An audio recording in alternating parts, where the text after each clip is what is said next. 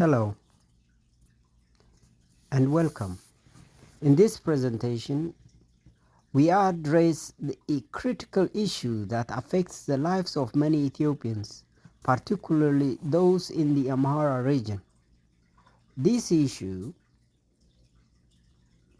rooted in historical injustices, continues to unfold with devastating consequences.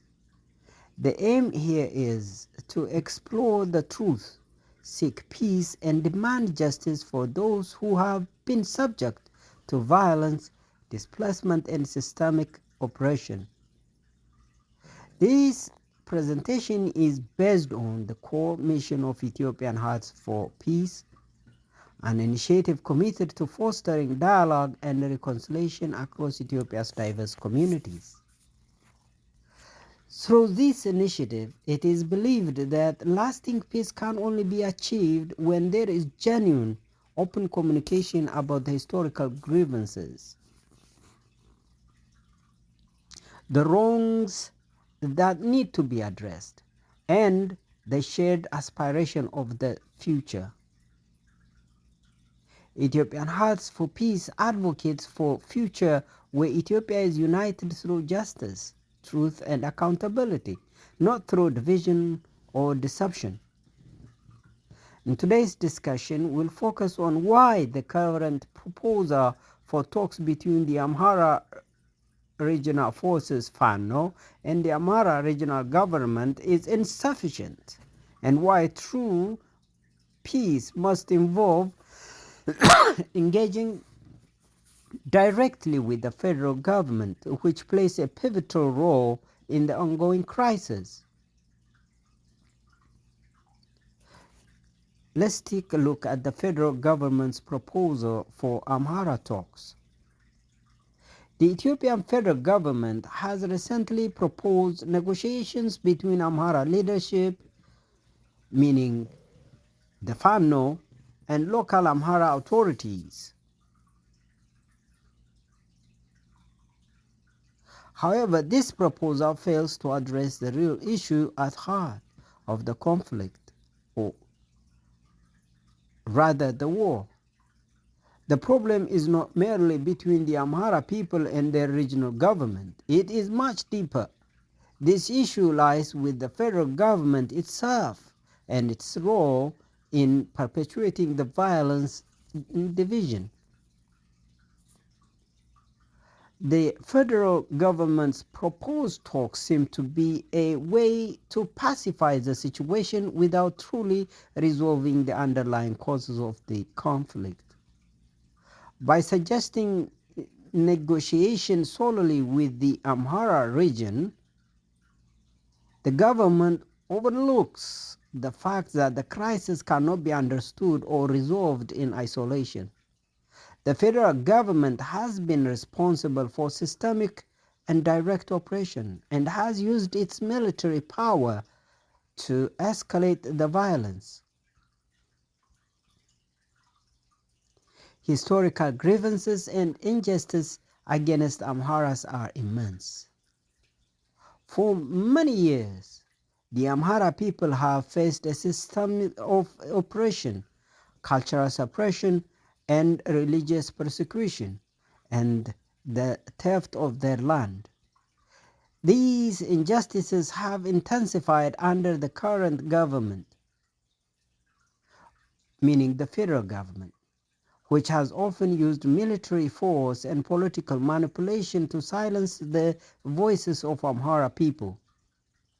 Amharas have been victims of attacks, displacement, and killings in regions like Oromia, Benishangul, and Tigray, and much of this violence has been perpetuated by forces supported by the federal government. The use of AI-driven warfare, including drone bombings and other high-tech weapons, has only worsened the situation. These attacks have targeted civilian areas, infrastructures, schools, like healthcare, causing significant loss of life and widespread destruction. Agricultural activities are also hampered.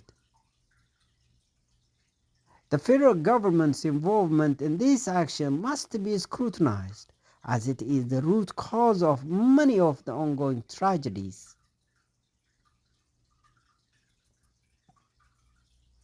The Fanos. The role of Amhara self-defense forces, the Fanos. As the violence escalated, the Amhara people were forced to take up arms to protect themselves from external threats. These are the Tigrayans. TPLF.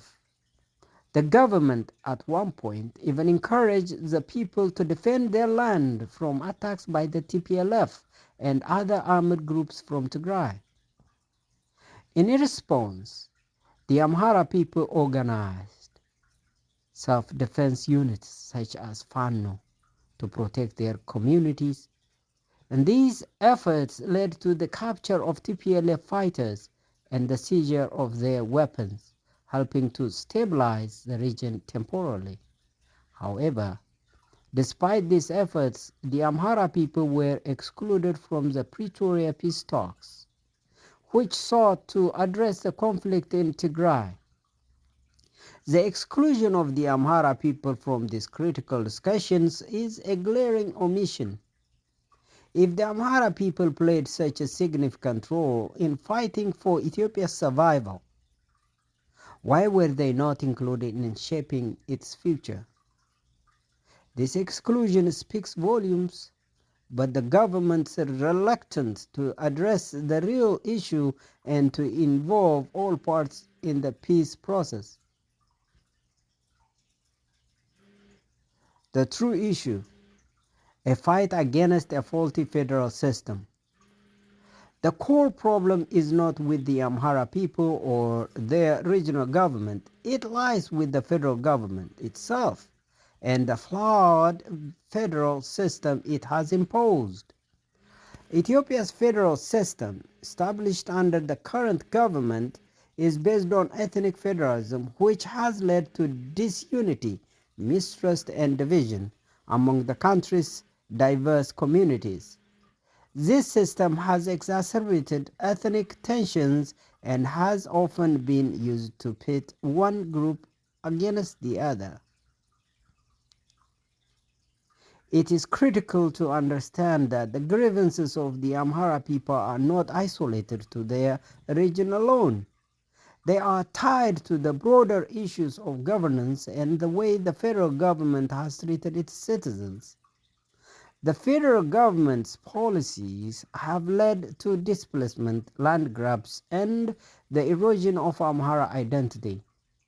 These actions have created a situation where the federal government, rather than fostering unity, has perpetuated conflict and division. So Fano is demanding true national dialogue. We also demanding that. To find a genuine path to peace, the Amhara people, along with all Ethiopians, must confront root causes of the conflict, which are deeply embedded in the structure and policies of the federal government. A real national dialogue must take place that includes all stakeholders, especially the federal government. If peace is to be achieved, the federal government must be held accountable for its role in perpetuating the conflict, and the solution must address the systemic problems that have caused the violence. The negotiations must go beyond local or regional talks. They must involve all Ethiopians in a discussion about how to build the nation, ensure justice, and foster true reconciliation.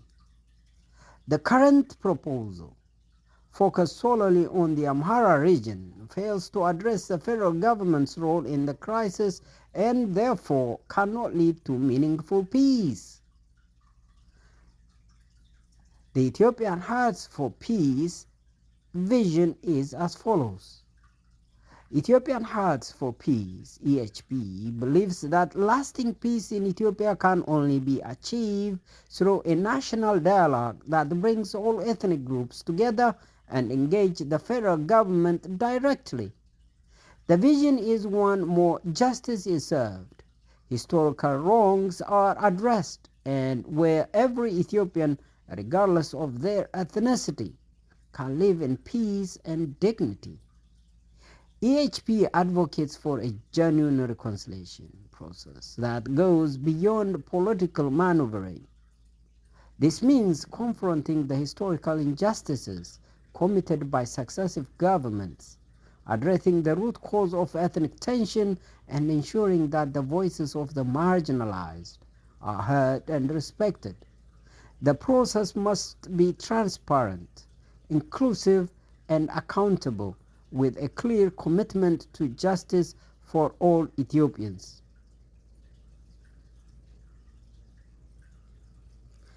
In conclusion, the need for direct negotiations with the federal government.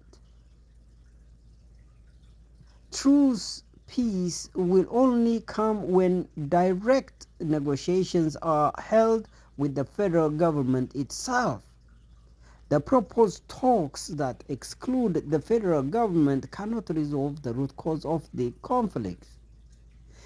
The Amhara people, along with other Ethiopians, must engage in discussions that addresses the federal government's policies, its role in the conflict, and the future of the nation. The peace process cannot be one-sided. It cannot simply involve Amhara regional officials negotiating with the Amhara people. It must involve a broader national discussion that holds the federal government accountable and lays the foundation for a new, more inclusive and just Ethiopia. The Ethiopian Hearts for Peace calls for a genuine national dialogue, one that recognizes the suffering of all Ethiopians, holding the government accountable for its actions, and creates a pathway to lasting peace. The real work of reconciliation begins with truth and justice.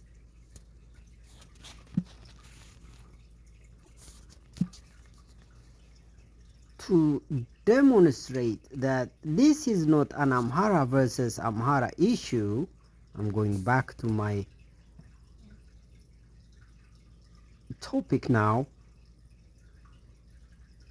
In order to demonstrate that this is not an Amhara versus Amhara issue, but rather a struggle between the Amhara people and the federal government's oppressive system, we can show key questions, key demands and federal questions that include, say, 1. Immediate withdrawal of federal troops and militias from Amhara region. If the issue doesn't concern federal government, why they are there? 2. Accountability for war crimes committed against Amharas, including drone strikes and massacres. 3. End of AI-driven warfare and targeted attacks against Amhara civilians and infrastructure. 4. Dismantling of ethnic federalism, which has institutionalized discrimination against Amharas. 5. Protection of Amhara identity, history and dignity, and rights, including land ownership issues. Restoration of constitutional justice, addressing past grievances from the TPLF era to today. 7. Will investigate full investigation into the attack on the Orthodox Church and religious persecution. So there are specific key federal questions and demands too. Number 1 is the issue of ethnic federalism and Article 39, which in my mind I call it the most poisonous article of all. The Ethiopian Constitution, 1995, under Article 39, grants ethnic groups the right to secede, which has led to deep division, displacement, and targeted violence against Amharas in multiple regions. How can the federal government justify a system that has allowed the ethnic cleansing of Amharas from Oromia, Benishangul and Tigray, Sidama and elsewhere. Why has the federal government refused to amend or abolish Article 39, despite its role in fueling ethnic-based conflicts? 2. Military occupation of the Amhara region. If the government is negotiating in good faith, why are federal troops and regional militias still deployed in Amhara? So, a demand for the immediate withdrawal of all federal forces, special forces and militias, allowing Amharas to consult freely on negotiation terms will ease the burden. The use of AI-powered drone warfare against civilians must end. And those responsible for ordering attacks must also be held accountable. 3. The systematic marginalization of Amharas in government and military. Why has the Ethiopian National Defense Force, ENDF, and federal leadership systematically purged Amharas from key government and military positions? Why is there no Amhara representation in Ethiopia's intelligence and security structures? We are not saying those puppets. True Amharas who fight for Amhara's cause. Amharas have been targeted, imprisoned, and assassinated under this government. Why has there been no justice for these crimes? 4. Historical and ongoing land disputes. Why has the federal government failed to return Amhara lands forcibly annexed by TPLF in Wolkite, Raya, and other regions?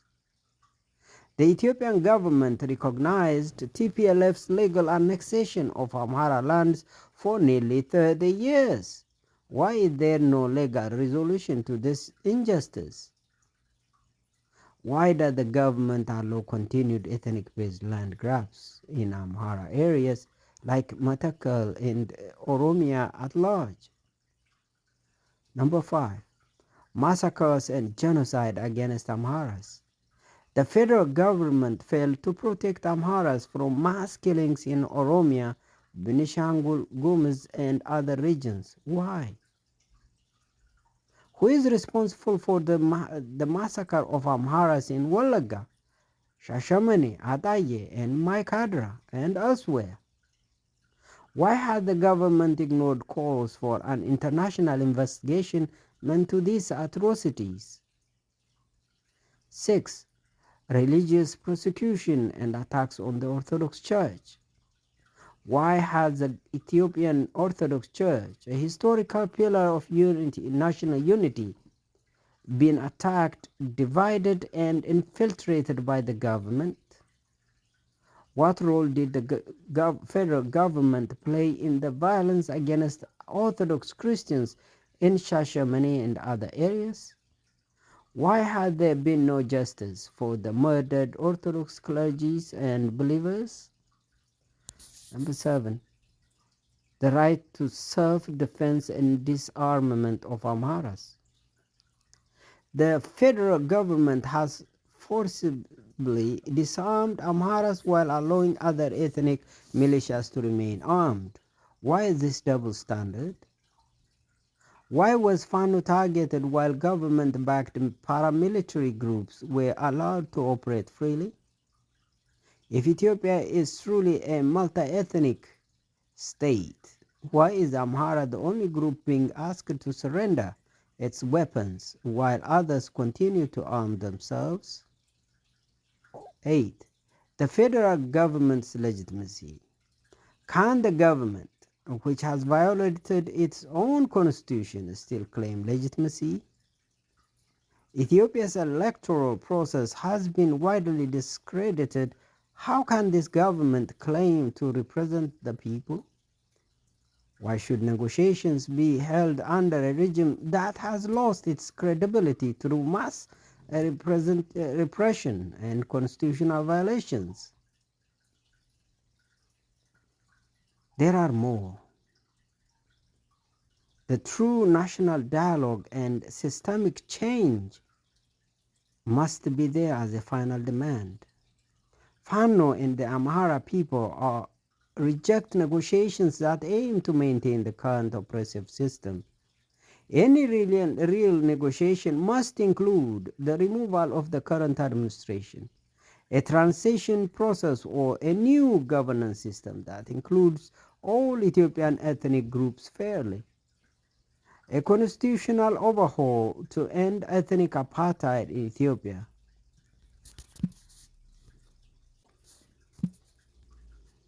So, to the internal community, we urge the international community to see through the Ethiopian government's deception. The Prosperity Party is not interested in peace. It is using negotiations to silence opposition while continuing its attack on the Amhara people. We ask global leaders, human rights organizations, and peace brokers to reject fake negotiations that exclude true Amhara representation. Hold the Ethiopian government accountable for war crimes and political repression. Support an inclusive governance system that represents all Ethiopians fairly. So the Amhara people will not be tricked into accepting a fraudulent peace process. We are open to real negotiations, but only if they address the true causes of the conflict, says Fano.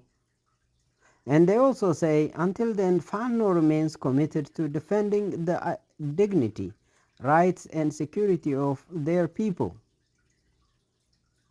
So they are saying no to fake peace, no to government deception, yes to justice, truth, and real negotiations, which aligns to the core mission of Ethiopian Hearts for Peace. So we are in that support. Thank you very much. So one last thing for international community.